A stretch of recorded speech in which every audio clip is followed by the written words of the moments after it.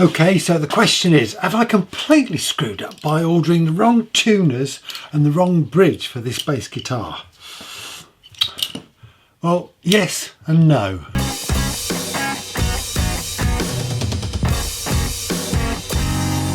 Whew. Not sure how we're going to do this. Hello there, I'm Dave and welcome to my workshop. Now then, in the last episode I tried to fit the tuners and the bridge and realised that things weren't quite right. Now then, I'd ordered 4 in a row tuners instead of 2 a side, so that's a bit of a problem. The bridge, I was worried that it was a through the body bridge. You know, the strings have to go through the body, but they don't. It's one of these dual bridges. You can either have the strings going through the back of the bridge or through the body, so that's not a problem. So I tried to order some of these black Wilkinson tuners, and unfortunately the chap I get mine from is out of stock and he can't get them for a few months. Now I could get them from somewhere else, but do you know what? I thought, at least for the time being, I'm going to put the chrome ones back because I think they look quite nice on the headstock and I'm not too worried about that. And it means I can get on with the guitar. So I'm going to continue on from last week and try and get this bridge fitted. I'm going to try a slightly different approach this time. What I've done, I've put some masking tape on the back of this bridge. I've also put some double-sided tape on the masking tape. So I'm just going to peel off the top layer of that. He says, easier said than done. Okay, got that off. Now I'll position the bridge where I think it should be. So it's on the centre line and it's just, this one is just a little bit in front of the scale length there. It's got an adjustment to go back. So okay, so just hold that down there. Now I've got some strings in there and I'll just run these up to the nut. Put those through those 2 slots there, just to get an idea of where everything is sitting. Well, I'll be honest with you, it's not perfect. This looks about right as it comes off the end of the neck. I think that's okay. That pickup there is in slightly the wrong position, but there's not a lot I can do about that at the moment. Well, unless I cut out the slots again. But it's okay. I'm pretty sure it's going to be okay. And the pickup here looks all right. So I think that's probably about the right place for the bridge. Let's drill some holes.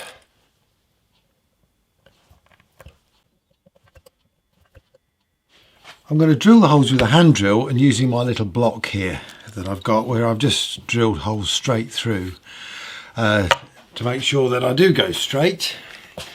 So line this up with the hole.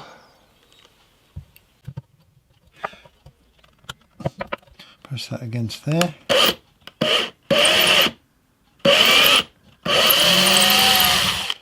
Double check I am in the right place, yeah.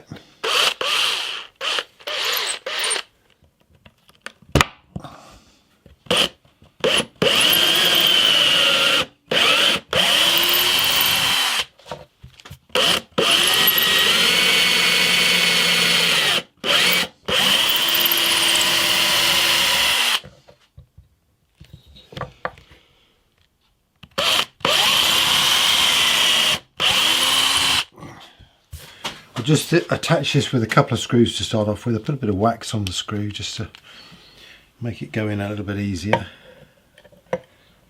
Hopefully these should go in without too much trouble.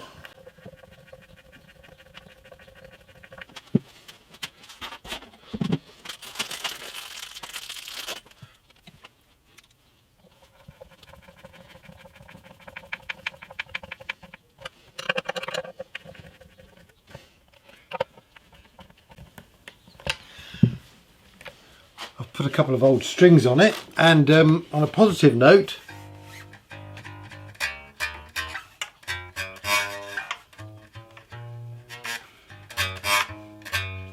getting a bit of rattling, and I obviously haven't done the nut yet. Gonna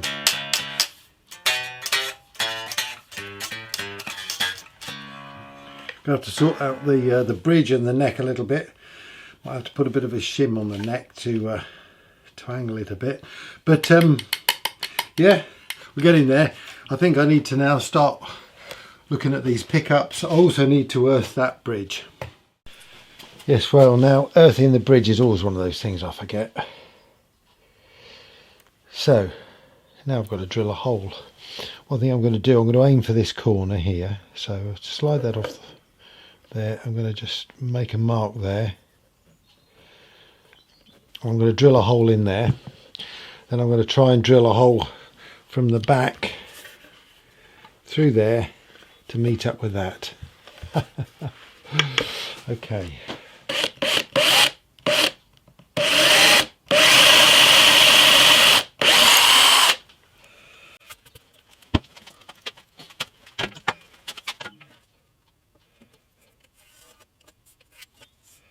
Okay, I've drawn a thin pencil line on the front of the guitar there as a guide. Now then, this is going to be interesting.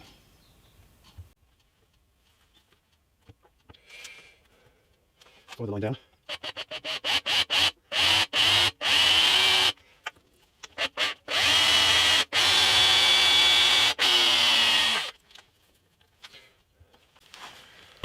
I need to be a bit taller.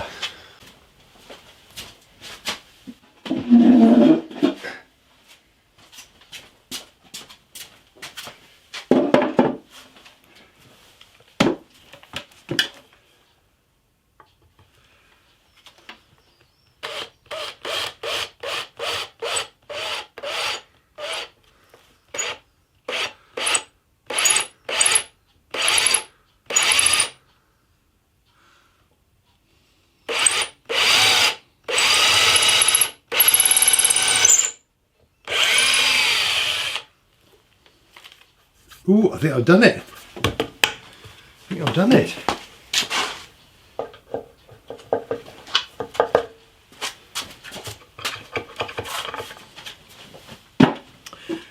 Can I see light? Yes, I can see light. Okay, that's done. I think I'm just going to open out the jack socket hole a little bit. It needs to be a little bit bigger than it is, so I'm just going to chisel it out.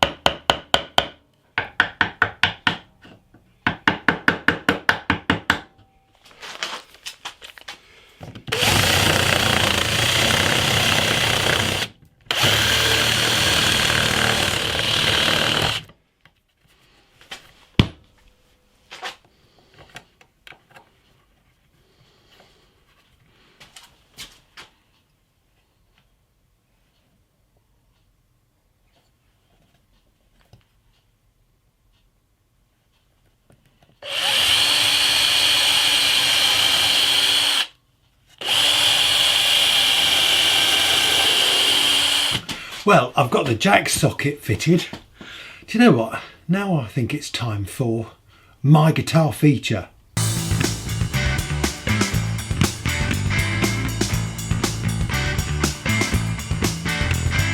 Now I'm grateful to Rick for sending in details of his guitar for this week's My Guitar feature. Now then, Rick says, I always wanted a Rickenbacker 12 string but could not justify the money for the use it was going to get. So he decided to build his own. Now, in addition to the Rickenbacker, which I have to say I had to look up, he also liked the Telecaster shape. So with a bit of photo editing, he came up with quite a unique guitar. It's got elements of the Rickenbacker, it's got the slash sound hole that you get with the Rickenbacker, and it's got that beautiful carved out tailpiece area, but it's also got the shape of a Telecaster thin line. Now Rick has quite rightly called this a Rickocaster 12-string guitar. Now Rick has very kindly sent a lot of photos of the production, so this is really going to be a photo story, but before we start, let's have a quick look at the spec. Now, for the main hollow body, the wood came from a tree in Rick's dad's garden in Italy. This is a very old Italian cherry tree which had stopped fruiting and was felled back in the 90s. And the wood has been aging ever since, first in Italy and then in Rick's garage in the UK. The back is made from some striped maple. Now, Rick bought a pre-made neck, complete with frets and a dotted fingerboard. He says he doesn't usually make necks from scratch. I actually think it's a great idea. The neck is obviously probably the most important part of the guitar if it's going to play in tune, and there are a lot of companies selling necks, and certainly if you're starting out, you know, why not get a pre-made neck? You know, just as long as you check that it's straight and true. That's the key with those things. I mean, personally, I like the challenge of making the neck and the fretboard, but I mean, certainly when I started out, I bought pre-slotted fretboards. Anyway, sorry, I digress. Now back to the Rickocaster. Now, of course, Rick was building a 12-string guitar, so he's got a 12-string bridge and 2 x 6 in a row tuners. The pickups are Rickenbacker toaster copies. Sounds interesting. The wiring includes a pickup selector which goes out to tone and volume controls. It's got 21 frets. The body finish is Osmo Poly-X oil wipe-on floor finish. I'm intrigued by this. The neck is finished with Danish oil. Okay, we'll have a quick look at the woods that Rick's used. Now, he's used this beautiful cherry wood that he got from the tree in his father's garden. And I've got a photo of one of the slabs of this wood. It looks absolutely fantastic. Now, cherry, it's sustainable, it's not threatened. It's a light pinkish brown, darkening to a deeper golden brown. It's easy to work with hand tools or machine tools. Apart from obviously being careful with the dust, it doesn't seem to be a skin irritant or anything like that. Now, the other wood is striped maple. Now, on the woods database, there is a striped maple, but I think the wood that Rick has used is curly maple or flamed maple. The striped maple that they show on the woods database is slightly different, but the flamed maple is absolute beautiful wood, and when you see the back of his guitar, I think you'll agree that's probably what this is. It's like all maples, fairly easy to work with hand and machine tools, and again, apart from the usual a bit of irritation in terms of toxicity, there's no real adverse effects. Just be careful with the dust. Okay, so let's have a look at the photos. Oh, okay, so there's your body blank there being glued up. I always remember the first time I did that. I think it was the first time that I realised that a glue joint could be stronger than the wood, and it was quite a moment for me, that was. Okay, wow, there's a bit of work there with a force and a bit by the looks of things. Rick says working out what to hollow out and what to leave was the most difficult part. I see, it looks like Rick's now using a chisel to chisel that out to get that shape. Okay, now that looks like a routing template to me. Yeah, very nicely made. Okay, yeah, he's routing it all out with it looks like a homemade routing sled there. That's a really useful gadget to put on the bottom of your router, just to widen it so that you can go over those sort of big cavities without the router falling into the hole. A key part of the design was to incorporate the slope under the tailpiece found on the Rickenbacker. Rick had to make sure he left enough wood inside to allow for this. And he says he scoured the internet for information on Rickenbacker construction. Oh, that looks lovely. The way that slopes down. I mean, this routing, quite honestly, Rick, is a piece of artwork, isn't it? I mean, it's absolutely beautiful. Okay, I can see how these tuners are going together now on the headstock there. The neck had a large paddle head and he wasn't sure how he would do the 12 tuners at first. He says he knew he wanted it to look as much as possible like a regular telly headstock from the front, and he didn't like the Fender hockey stick 12 string design. I had to look this one up because I've never seen a Fender hockey stick, but yeah, sure enough, I see what you mean, Rick. So Rick made some drawings and realised the second row of tuners would need to be straight in line with the neck, with the strings coming through a slot in the headstock. That slot you've cut in the headstock, yeah, clever design, really clever design. That I like the way you got black and silver tuners, so you know which ones are which as well. Oh, I see. Yep, you've drilled a hole for this Rickenbacker slash sound hole. I'm guessing that you're going to use a fret saw or a coping saw to cut that out. You made sort of a template to go inside it. I presume this is for when you're gluing the binding. That's not an easy thing to do, is it? Good idea though, really good idea. Oh crikey, okay, I can see now. Ooh, we can see the inside of that guitar. That is an amazing piece of routing there. And well, yeah, I can see the back of the guitar. What a lovely piece of flamed maple that is. Beautiful. Wow, that's that's an amazing glue up. That's a piece of art, that is, with all those straps on there. And you're fitting the binding. Yeah, it's lovely. That looks really nice. Oh, now we're starting to see this guitar. Now, I love that sound hole. That's tremendous. I mean, that binding really sets it off. That's beautiful. That's amazing. And we can also see now the Rickenbacker carving where the tailpiece is. And again, I think that looks really lovely. Really gives this guitar a unique feel about it. Oh, and now here we have the finished guitar. Well, that's beautiful, isn't it? I mean, what a lovely looking guitar. And the cherry there, the grain is stunning. On the front and on the back as well, the flame maple. Absolutely beautiful. And I mean, I like the way the headstock, as you say, from the front looks, you know, just like a normal telly. It's you know, not too obtrusive. You can't see all the tuners. They're all sort of hidden away. Really neat, really neat. I love the grain in the cherry wood. And I mean, it's a real bonus that it came from a tree from your dad's garden. There's something really special about that. Rick tells me, I don't think anything major went wrong, but I'm still not happy with the tailpiece. Well, gosh, I may rejig it using some more cherry over the metal parts to blend in better. Well, I'll tell you what, I think it looks amazing, Rick. He says it plays as well as anything else I have. I don't use it very often, so I have to get used to it every time.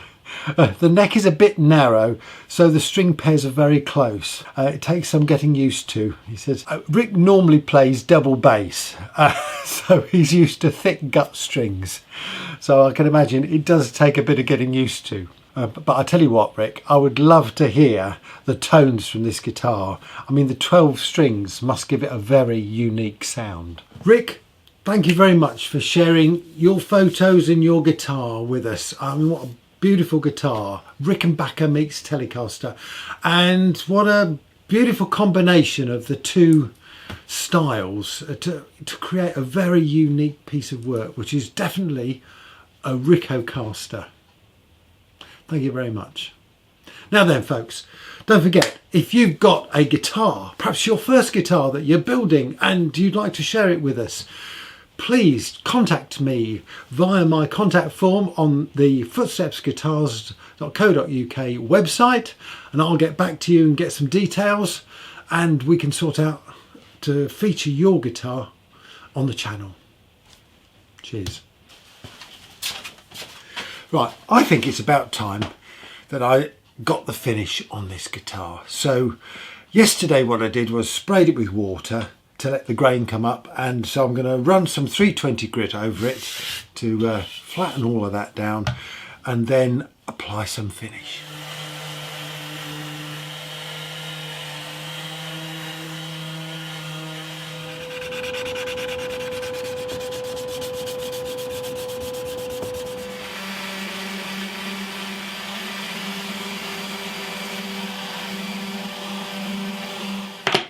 Okay, for the body I'm going to use some of this Man's Trade Extra Tough Pro Lacquer High Gloss. I'm going to brush it on with this flat varnish brush, and before I do anything else I need to mix up this. It's an epoxy, 2-part epoxy, so I've got this bit of cloth over the funnel there just to filter out any bits, so let's get that done.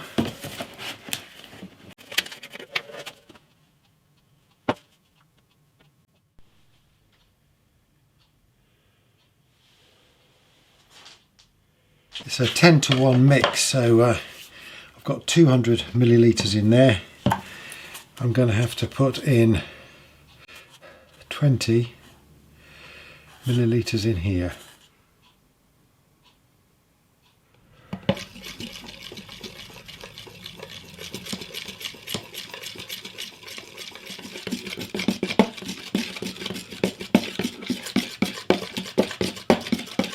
Okay, I've mixed that up. That apparently stays good for a couple of hours, so just put that to one side.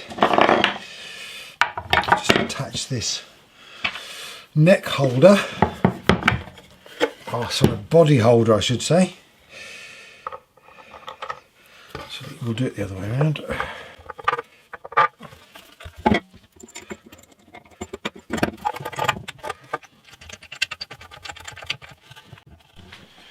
It's not particularly warm in here, so I'm going to put the fan heater on. Okay, here we go. Hoo, hoo, hoo, hoo, hoo.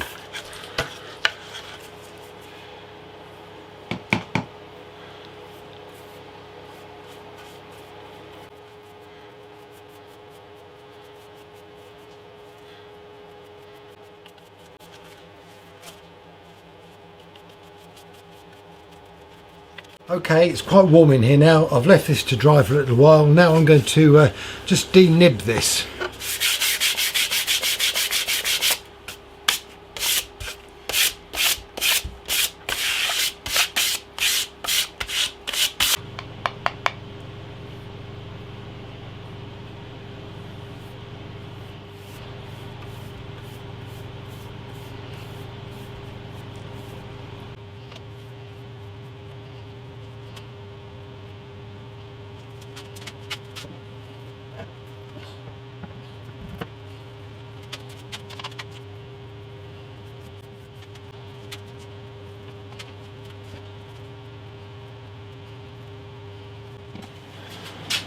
For the neck I'm going to use some Oberon finishing oil, which I've got in this container. I like to oil the necks. Here goes.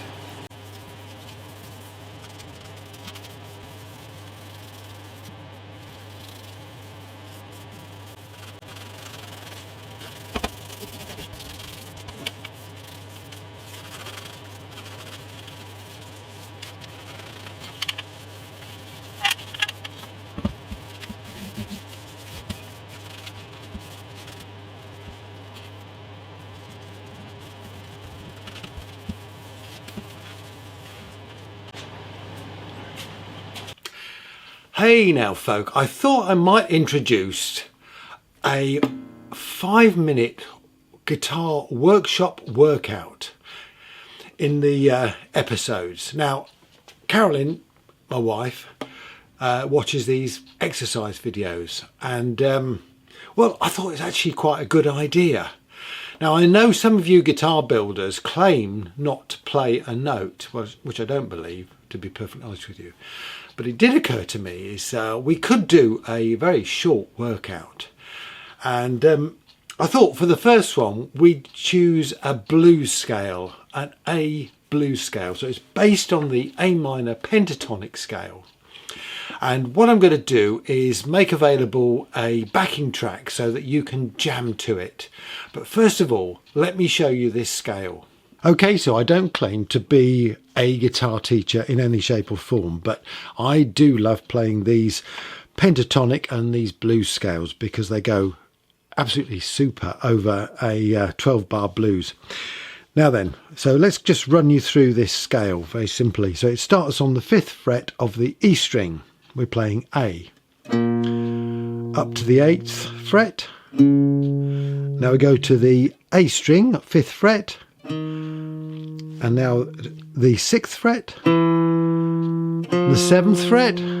Now we go to the D string, 5th fret. And now we go to the 7th fret. Now we go up to the G string on the 5th fret. And we go the 7th and the 8th. And now the 5th string on the B. Sorry, the 5th fret on the B. And the 8th fret. And then the E top E string, the 5th fret. And again the 8th. So, just to play it a little bit quicker.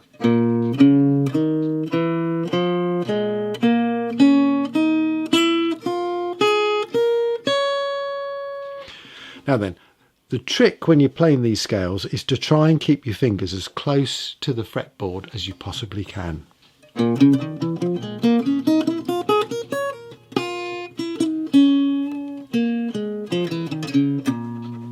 So, this week's workout is simply to run up and down that scale till you can get your fingers as close to the fretboard. Don't lift them off if you can help it. And I tell you what, it's quite a fiddle to do that. So that's why this is called a 5-minute workout, because even I can't do this perfectly. But let's give it a go. Here we are.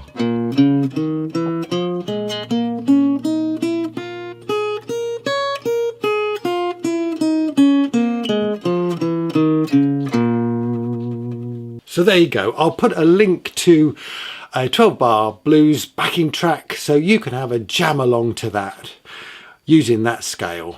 And that's your 5-minute workout for this week. Okay, so I've let this 2-part epoxy lacquer cure overnight, and now I think it's time for me to start the hard work of sanding this down to get a nice finish. So I'm going to do that. I'm just going to need to get my wet and dry paper all lined up, and well, we'll give it a go. And while I'm doing that, I'll talk to you about my ideas for this year's Great Guitar Build-Off. Okay, I've got some water ready over here. I've got a bit of rubber matting and some 600 wet and dry. So let's start it off with that.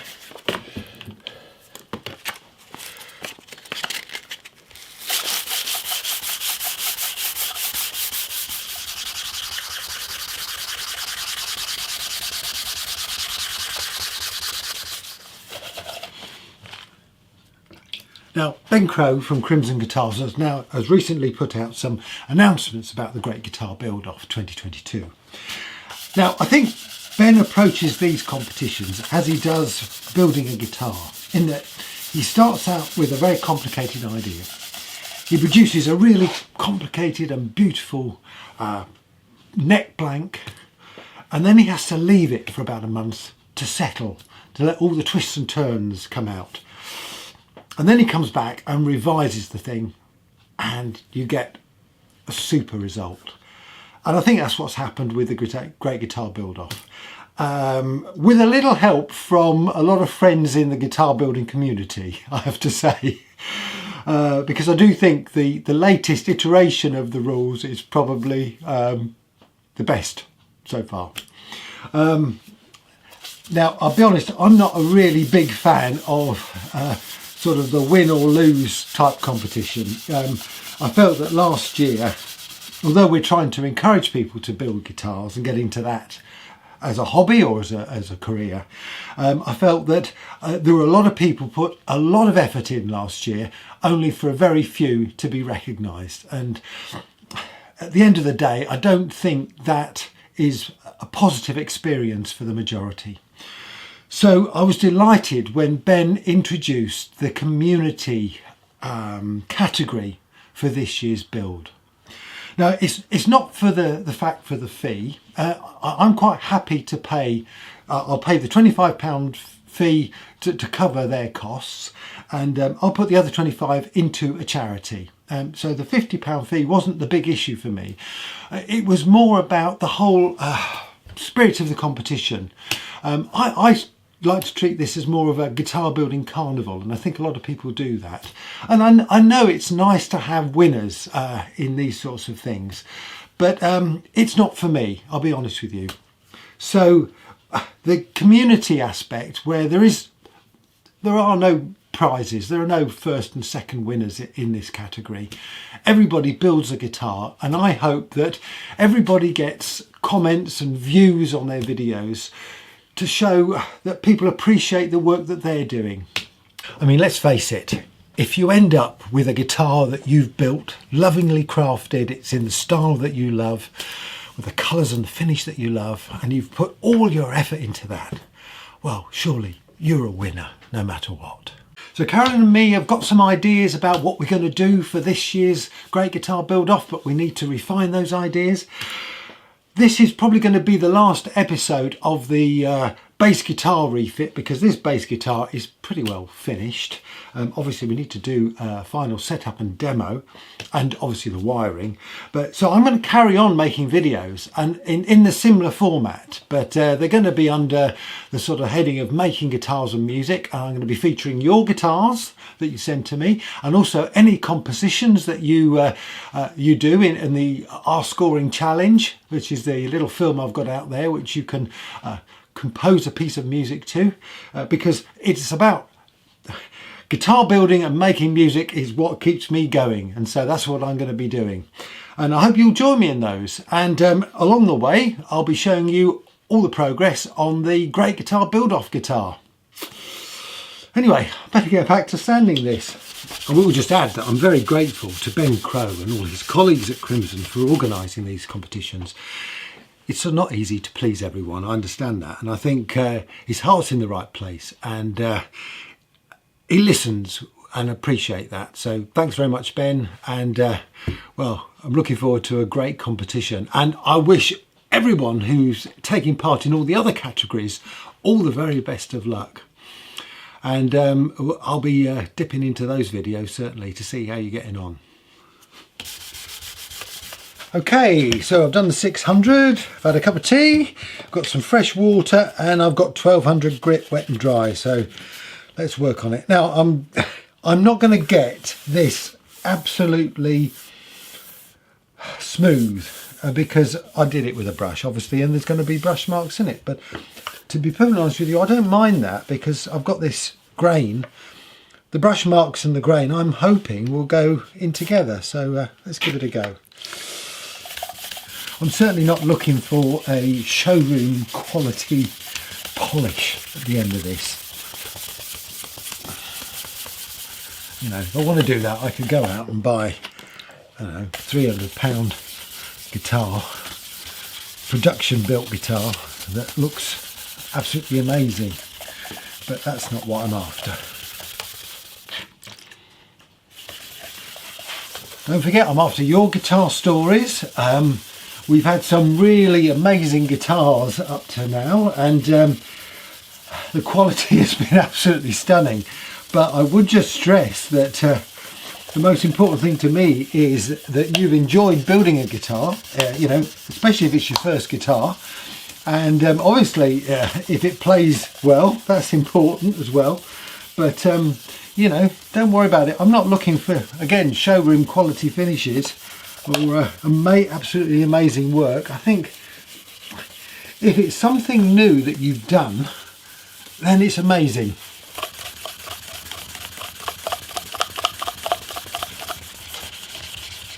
Okay, I've got some fresh water and 2500 grit paper.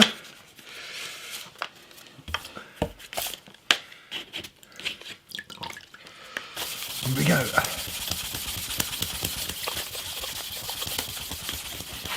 No, this video is not speeded up.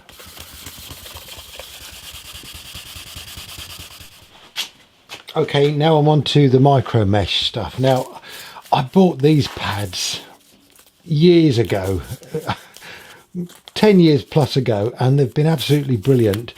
And in this set there was also some sort of strips of material as well. I don't tend to use that, but because I find these pads are really good. So the last thing I did there was a 2500. I'm going to go up to the tan one, which is 3200, and we'll take it from there.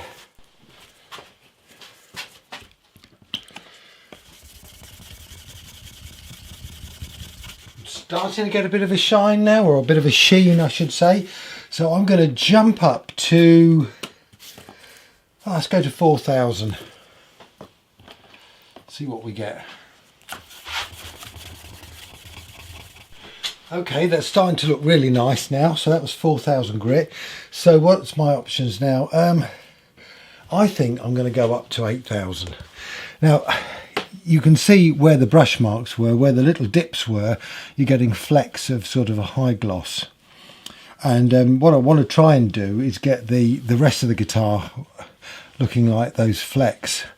So I think I'm going to do this and then probably go to some Buffer's polish.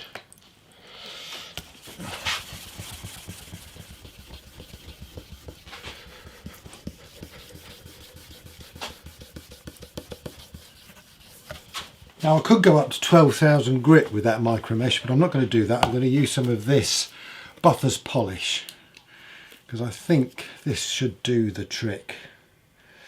We'll soon find out.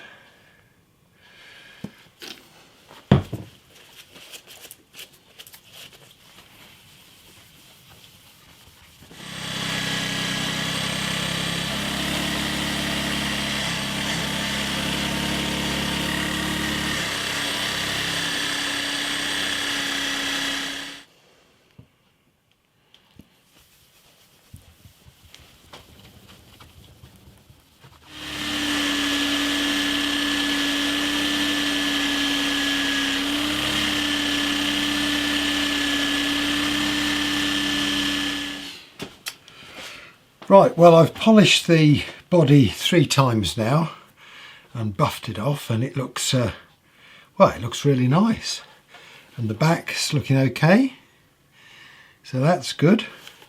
And I've put at least 3 coats of oil on this neck and the fretboard, and well, that walnut looks lovely, and the oak at the back looks nice.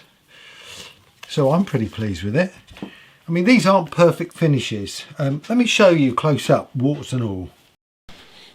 I brushed the varnish on, as you saw, so I've got some brush marks, and I'm probably not going to get rid of those unless I really went mad sanding them down. But do you know what? I'm quite happy with this finish. To me, it gives it character, and as I said, I'm not after a showroom finish. This guitar's going to get fingerprints and all sorts over it once it's being used. And as far as I'm concerned, as long as the thing plays in tune and it looks nice, then that's what's most important to me. And yeah, and I'm happy with it. Well, I'm going to call it a day with this video. I'm going to use a blend pot to blend the 2 pickups, and I've got that on order. Hopefully that's going to come in the next few days so I can fit that. So I need to drill a couple of holes in the top here so I can fit the controls, and then it's a question of getting all the pickups fitted. I've got the bridge ready to go. I've got the nut just about ready to go. It needs a bit of work doing on it, but otherwise this guitar is nearing completion. So in the next video I'm hoping I'll be able to get it all wired up and play a few notes for you. But in the meantime, thank you very much again for watching. Please don't forget to leave a comment, ask questions, whatever you like. If you've got a guitar you'd like me to feature, contact me through my website, and please have a go at our scoring challenge, because it'd be great to hear some of your compositions. So until next time, stay safe. See you soon.